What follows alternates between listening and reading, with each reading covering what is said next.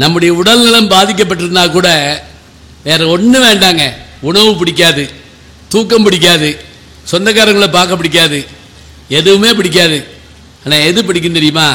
ஒரு புத்தகத்தை பிரட்டுங்கிறப்ப அதுதான் நமக்கு பிடிக்கும். ரவீந்திரநாத் தாகூர் அவர்களை போய் கேள்விப்பட்டிருப்பீங்க. அவர் தான் 2 தேசங்களுக்கு தேசிய கீதத்தை எழுதினவர். அவர் பெரிய பிரபு வம்சத்தை சேர்ந்தவர், கோடீஸ்வரர். அவருடைய பிறந்தநாள் இருந்துச்சு. அவருடைய அண்ணன் என்ன பண்ணாரா, அவருடைய அறைக்குள்ள போய் அவருக்கு ஒரு சர்ப்ரைஸா ஒரு பரிசு கொடுப்போம்னு சொல்லி இரவு 12 மணிக்கு அந்த அரண்மனையினுடைய அவருடைய அறைக்கதவை திறந்து பட்டு மத்தியில் பார்த்துருக்காரு. தம்பியை காணோம். என்னன்னு பார்த்தா அந்த பட்டுமத்தை முழுவதும் புத்தகத்தை அடுக்கி வச்சுட்டு தம்பி தரையில் படுத்து கிடக்கிறாருங்க. அவர் தாங்க ரவீந்திரநாத் தாகூர். யோசிச்சு பாருங்க. புத்தகம் மேலே இருக்கணும், நம்ம கீழே படுத்து கிடக்கிறோம். ஏன் சில நேரங்களில் நெஞ்சில் புத்தகத்தை வச்சு அப்படியே தூங்குவோம் தெரியுமா? இப்போ அதெல்லாம் இல்லை. இப்போ இப்படி வச்சு பார்த்துக்கிட்டே இருக்கோம். போர்வுக்குள்ள எல்லாம் லைட் எரியுது. திருடனே நடுங்கி போவேன். எல்லாரும் தூங்கிட்டாங்கன்னு நினைப்பேன். பார்த்தா எல்லாரும் முழிச்சிருப்பாங்க. ஆனால் யார் கூடயும் யாரும் பேச மாட்டாங்க. எல்லாரும் அவங்கவுங்க எதையோ ஒன்று பார்த்துக்கிட்டு இருப்பாங்க. இப்போ இன்னொன்று கூட கேட்குறாங்க, இதனால வாசிப்பு கம்மியாயிருச்சா அப்படிங்கிறாங்க. அதெல்லாம் இல்லைங்க, வாசிப்பு மாறி இருக்கு. மின்யுகம் வந்த பிறகு என்னாச்சுன்னா அதை பூரா அப்படியே படிக்கிறத பார்க்குறோம். அமெரிக்காவில் டேலஸ்ல இருந்து கலிஃபோர்னியாவுக்கு போனேன் நான். 6 மணி நேரம் விமான பயணம். அமெரிக்கா எவ்வளோ பெரிய நாடுன்னு பார்த்துங்க. ஒரு ஊருக்குள்ளேருந்து இன்னொரு ஊருக்கு போகிறதுக்கு 6 மணி நேரம் விமானத்தில் ஆகுது. அப்போ ட்ரெயினில் போனால் 32 மணி நேரம் ஆகும். என் கூட ஒரு பையன் இருந்தான், ஒரு 10-12 வயசு இருக்கான். ஒன்றும் இல்லை, இது மாதிரி ஒரு இது வச்சுருந்தான், இது வச்சுருந்தான், டேப்லெட் வச்சுருந்தான். அது என்ன பண்ணால் உட்கார்ந்த உடனே அப்படி அதை ஓப்பன் பண்ணிவிட்டு ஒரு 30,000 அடி மேலே போயிட்டோம்னா எலக்ட்ரானிக் பொருள்களை ஓப்பன் பண்ணிக்கலான்னு சொல்லி அறிக்கை வரும். அப்போ அவன் என்ன பண்ணான், படிக்க ஆரம்பிச்சு. எப்படின்னாங்க, ஒரு நூலகமே உள்ளே வருது. அது அவனுடைய வச்சிருக்கக்கூடிய சின்ன அந்த கையடக்க இதில் நூலகமே உள்ளே வருது. ஒரு புத்தகத்தை தொடுறான், அந்த புத்தகம் அப்படியே விரியுது. அது ஒரு 300 பக்கம் இருக்குது. அதில் படமும் இருக்குது, மற்றவையும் இருக்குது. தேவையானா அதை காதலையும் மாட்டிக்கிறான். அதில் இசையும் இருக்குது. இசையை கேட்டுக்கிட்டு கண்ணில் பார்த்துக்கிட்டு மனசுக்குள்ளே படிச்சுக்கிட்டு 30,000 அடி உயரத்தில் பறக்க முடியுதுன்னு சொன்னால் படிப்பு குறைஞ்சி போச்சுன்னு யாருங்க சொன்னா? நூலகத்துக்கு தான் போய் படிக்கணுமா? இல்லைங்க, எது வேணாலும் செய்யலாம். அதோட ஒரு பேச்சு எதையாவது மாற்றுமா? ஒரு எழுத்து எதையாவது மாற்றுமா? நிச்சயமாக மாற்றும். எப்படி? நான் ஒரு தடவை இங்கே மதுரை மத்திய சிறைச்சாலைக்கு போயிருந்தேன் பேசுறதுக்கு தான். நீங்கள் ஒன்றும் பயப்படாதீங்க. ஏன்னா எனக்கு ஒரு அனுபவம்.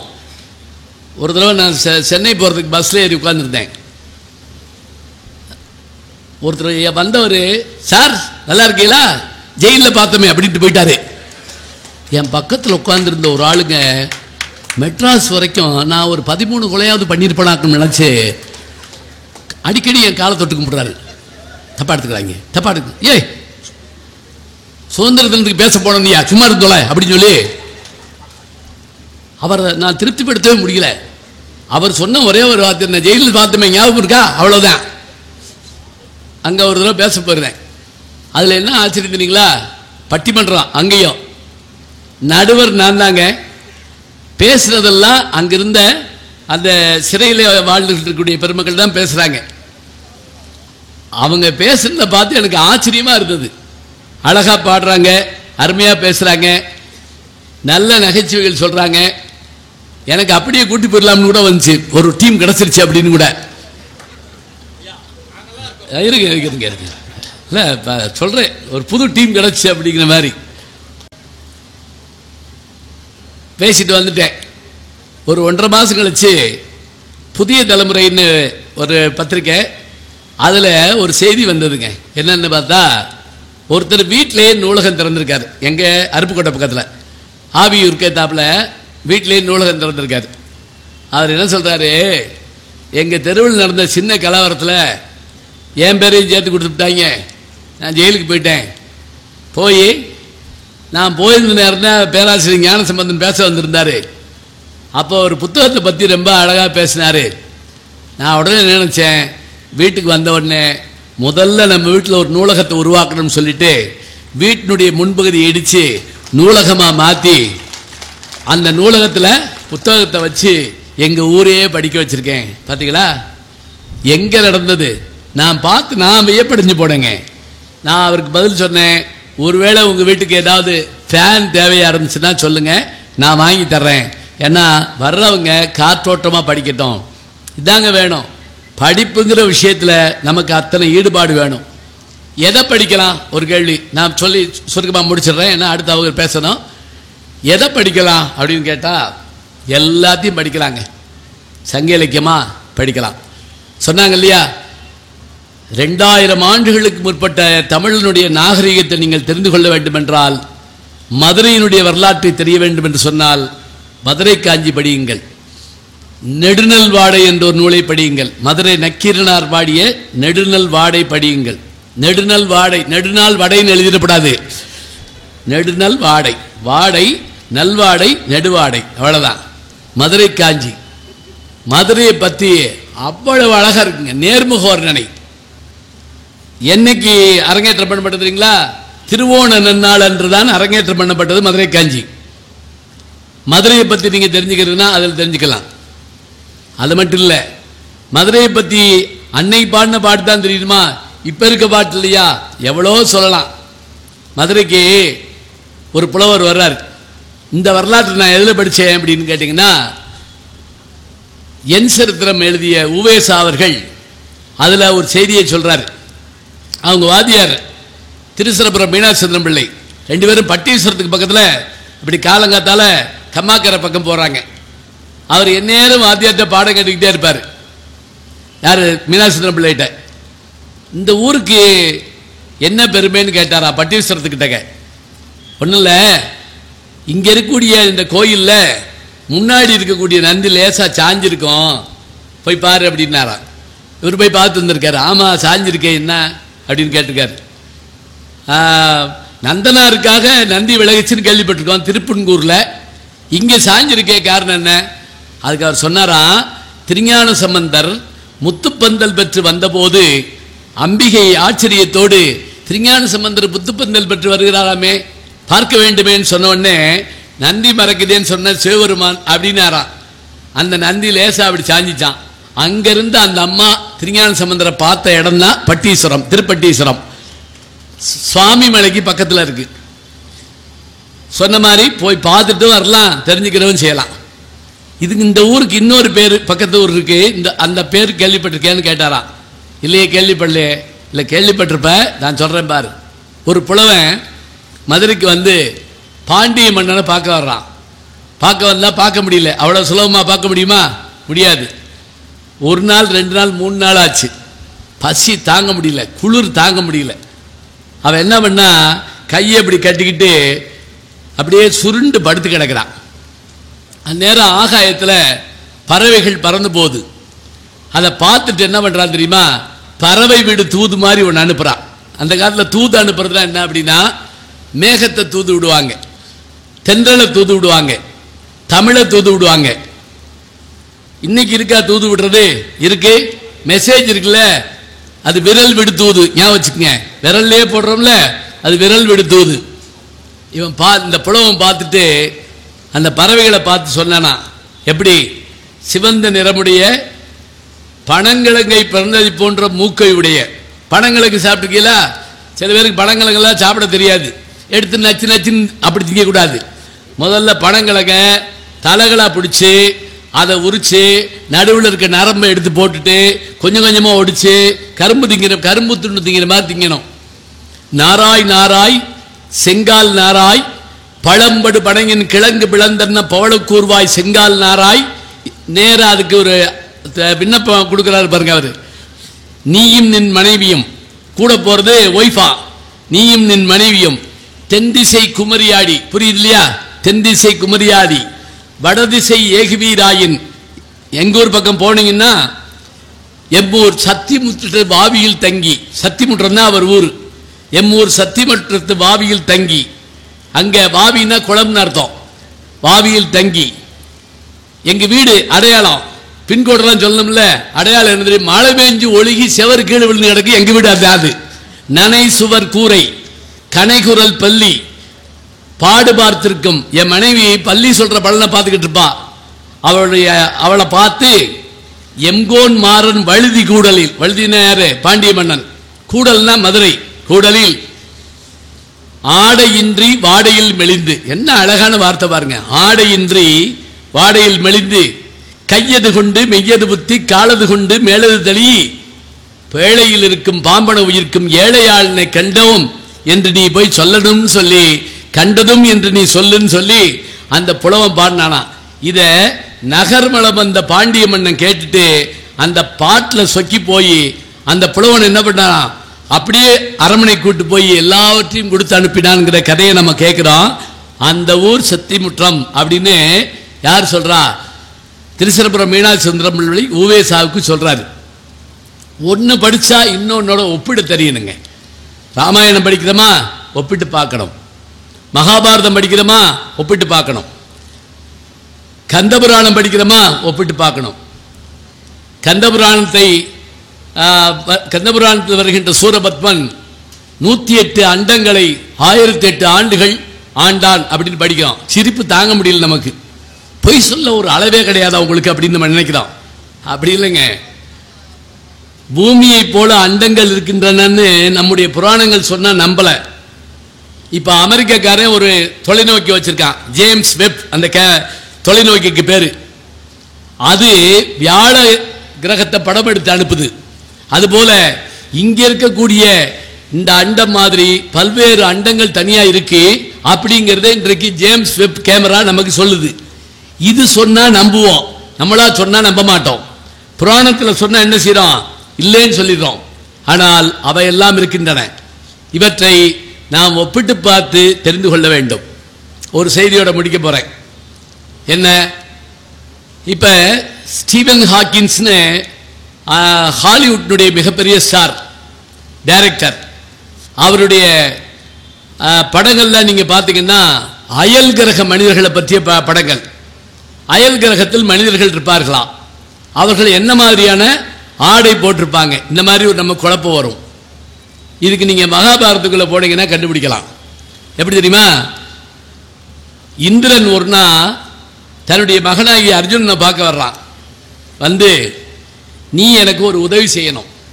அதாவது தேவலோகத்தில் பக்கத்து கிரகத்திலிருந்து மனிதர்கள் வந்து பக்கத்து கிரகத்து வாசிகள் வந்து எங்களுக்கு தொல்லை கொடுக்குறாங்க, நீ அவங்கள வீழ்த்தணும். என்னால முடியுமா? உன்னால மட்டும்தான் முடியும். வா, மகனை கூட்டு போறாப்புல. நல்லா கவனிச்சுங்க. அவதார்னு ஒரு படம் வந்தது, வேற கிரகத்துக்கு போறதை காமிச்சாங்க, ஒத்துக்கிட்டோம். ஜேம்ஸ் கேமரனுடைய படத்தை பார்த்து ஒத்துக்கிட்டோம். இப்ப இங்கே இதுக்கு வாங்க. இவன் அங்க போறான். போனா அந்த மனிதர்கள் பூரா எப்படி இருங்களா, உடம்பு பூரா சதையா தொங்குது, பூரா கவசம் போட்டிருக்காங்க. எந்த அம்பு விட்டாலும் ஒடிஞ்சு விழுகுது. அவங்க எப்படி ஜெயிப்பீங்க? இந்த பகுதிக்கு பேர் என்ன தெரியுங்களா? நிவாத கவச காலகேய சர்க்கம். போச்சுரா அப்படிங்கப்படாது. நிவாத கவச காலகேய சர்க்கம். முதல்ல உச்சரிக்க சொல்லி கொடுங்க, அப்பதான் சரியா வரும். இவன் போனா அவங்கெல்லாம் வந்தாங்க சண்டைக்கு. இவன் அம்புகளை போட்டா ஒன்றும் ஆகல. அப்ப யோசிச்சு பார்த்தான். சட்டுன்னு ஒரு யோசனை வந்துச்சு. அம்பையும் அம்பரா துணியையும் வில்லையும் வச்சுட்டு ஓட ஆரம்பிச்சான் அர்ஜுனன். ஓடின உடனே அவங்க பூரா என்ன பண்ணாங்கன்னா கைதட்டி இப்படி சிரிச்சு இப்படி மூக்கில் கையை வச்சாங்களாம். அவங்க மூக்கிலே அவங்க கையை வச்சிருக்காங்க. மறு நிமிஷம் அத்தனை பேரும் அழிஞ்சு போயிட்டாங்களாம். என்ன காரணம் தெரியுங்களா? அவங்களுக்கு டெலிட் பாயிண்டா அதுதானா. இப்ப நம்ம டெலிட்னு சொல்றோம்ல, சில சமயம் எதையாவது அமுக்கி அம்புட்டு அழிஞ்சு போவோம்ல, எதுல? செல்லுல. அதை தெரிஞ்சு வச்சிருக்க அர்ஜுனன். அதனாலதான் அவர்களை அவன் அழித்த செய்தியை நம்ம வந்து மகாபாரதத்தில் பார்க்கிறோம். இதை பூரா நீங்க ஹாலிவுட் மூவிஸ்ல பார்த்து எனக்கு ஆச்சரியமா இருக்குது. ஏன்னா அவங்களுக்கு நம்ம கதை தெரியாது, நமக்கு புராணங்கள் தெரியாது. ரெண்டையும் ஒப்பிட்டு பார்த்தீங்கன்னா தான் ஆச்சரியம் தெரியும். அதனாலதான் அவன் அங்க இருந்தப்ப இந்திரன் அவனுக்கு வேண்டி எல்லாம் கொடுக்குறான். அப்ப கூட ஊர்வசி அவள் என்ன பண்ணாலாம், வந்து அர்ஜுனனை பார்த்து மயங்கிட்டாளாம். மயங்கி நான் உன்னைய விரும்புகிறேன் இருக்கா. இவன் சொன்னா நீ எனக்கு அம்மா முறை, அதெல்லாம் விரும்பாத. அப்படியா சொன்னேன், அப்படின்னா நீ என்ன செய்ய, பேடியா போ அப்படின்னு சாவு கொடுத்துட்டாளாம். அதே மாதிரி அர்ஜுனன் மாறிட்டான். மாறின உடனே அப்புறம் இந்திரன் ஓடியாந்து Urvashi Urvashi take it easy Urvashi அப்படின்னு சொல்லி பாட்டு பாடி அப்படிலாம் செய்யாத, அவன் நம்ம மகன் சொல்லிட்டு அந்த சாபத்தை வரமா மாற்றி கொடுத்தாலாம். எப்படி தெரியுமா, நீ விரும்புகிற போது இந்த உருவம் உனக்கு கிடைக்கும்.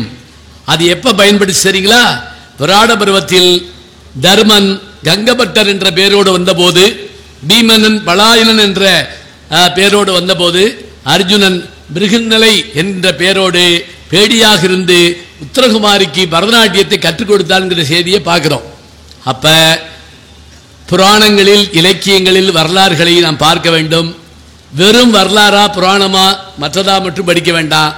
எல்லாரும் சொர்க்கத்துக்கு போக முடியுமான்லாம் கேட்க வேண்டாம். ஏன்னா சொர்க்க நரகத்தை பற்றி நமக்கு தெரியாது. போயிட்டு வந்து எவனும் பேட்டி கொடுக்கல. பார்த்துருக்கீங்களா, ஒரு மனைவி கூட கிழவன்ட்ட கேட்டாங்களாம், ஏங்க சொர்க்கத்தில் நம்ம 2 பேரும் சேர்ந்து இருக்க முடியாதாம்லன்னு. அவன் தெரிஞ்சிருக்கான் லூசு, அதனால தான் அதுக்கு சொர்க்கம்னு பேரு. உடனே கூப்பிட்டு அங்கே போவாங்களா, அந்த அம்மாவுக்கு கோவம் வந்துருச்சு. அப்படி சொர்க்கத்தில் என்ன மாமா இருக்கும், என்ன இப்படி கேட்ட, ரம்பா ஊர்வசி மேனகை திலோத்துமை எல்லாரும் நான் போனோடனே மாமா மாமான்னு ஒடியார் வாழ்க. ஒடியார் வாழ்க. சரி அப்படியா, நான் எங்கே போவேன் மாமா, நீ நரகத்துக்கு தான் போவேன். நரகத்தில் அப்படி என்ன மாமா இருக்கும், அவன் விடாம குரங்குதான் இருக்கும். உடனே இந்த அம்மா புருஷன் முதுகுல ஒரு தட்டு தட்டி இருக்கு, போங்க மாமா, உங்களுக்கு மட்டும் இங்கேயும் அழகி அங்கேயும் அழகி, எங்களுக்கு மட்டும் இங்கேயும் குரங்கு அங்கேயும் குரங்கா, இது எதுக்கு பேசாம இருந்திருந்தா ஒன்றும் இல்லை இல்லை. அப்ப எது கிடைத்தாலும் அதுல உள்ள போய் சேர்ந்து சேர்ந்து சேர்ந்து சேர்ந்து பார்க்க பார்க்க பார்க்க பார்க்க ஆச்சரியங்கள் அதிகம் இருக்குங்க.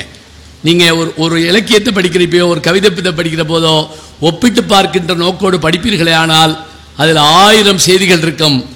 அது தமிழை படியுங்கள், சங்க இலக்கியங்களை, பக்தி இலக்கியங்களை, புராணங்களை, இதிகாச எதையும் ஒதுக்காதீங்க. நமக்கு என்ன சங்கடம் தெரியுமா, சங்க இலக்கியம் படித்தா புது கவிதை படிக்க மாட்டாங்க, பக்தி இலக்கியம் படித்தா பெரியார் படிக்க மாட்டாங்க, பெரியார் படித்தா பக்தி இலக்கியம் படிக்க மாட்டாங்க.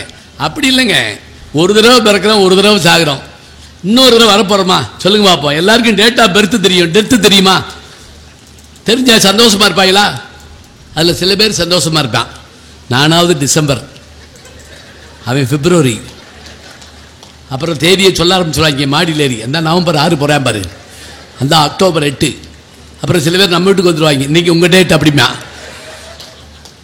கிடைக்கிற வரைக்கும் பாருங்க. ஜென் புத்த கதைகளில் ஒரு கதை உண்டு. கடைசியாக சாக போகிறப்ப அந்த துறவி எல்லாரும் சுற்றி உட்கார்ந்துருக்காங்க, என்னமோ சொல்ல போகிறாருன்னு குறிக்கிறதுக்கெல்லாம் ரெடியாக இருக்காங்க. தேநீர் வேணும்னு கேட்டாராம்.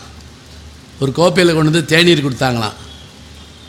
நல்லா சுவைச்சு குடிச்சாராம், கடைசி சொட்டு வரைக்கும் குடிச்சாராம். எல்லாரும் அவரையே பார்த்துட்டே இருந்திருக்காங்க. அப்படியே உயிர் போயிடுச்சு.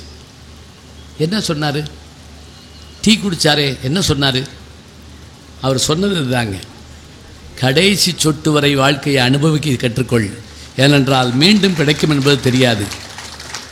அதுதான் ஒரு செய்தியாக வருகிறது. காந்தியடிகள்கிட்ட சுதந்திரத்துக்காக நீங்கள் சொல்லுகின்ற வார்த்தை என்னன்னு கேட்டாங்க. எதுவும் சொல்லவில்லை என்பதே செய்தி அப்படின்னார். அதான் அதனுடைய சிறப்பு. வாழ்ந்து காட்ட வேண்டும், அதுதான் நம்முடைய வாழ்க்கையினுடைய தரம் என்பதை சொல்லி அதற்கு எப்போதும் துணை நிற்பது நல்ல நூல்களே நல்ல நூல்களே என்று அவற்றை படிக்குமாறு உங்களை வேண்டி, வந்தவர்கள் அத்தனை பேரும் மறக்காமல் ஆளுக்கு ஒரு புத்தகத்தை வாங்கி கொண்டு போய் எங்களை வைவாங்காமல் காப்பாற்றுமாறு கேட்டுக்கொண்டு விடைபெறுகிறோம். நன்றி, வணக்கம். இந்த தகவல் உங்களுக்கு பிடிச்சிருந்தா லைக் பண்ணுங்க, உங்க ஃப்ரெண்ட்ஸுக்கு ஷேர் பண்ணுங்க, மறக்காம எங்க சேனலுக்கு சப்ஸ்கிரைப் பண்ணுங்க.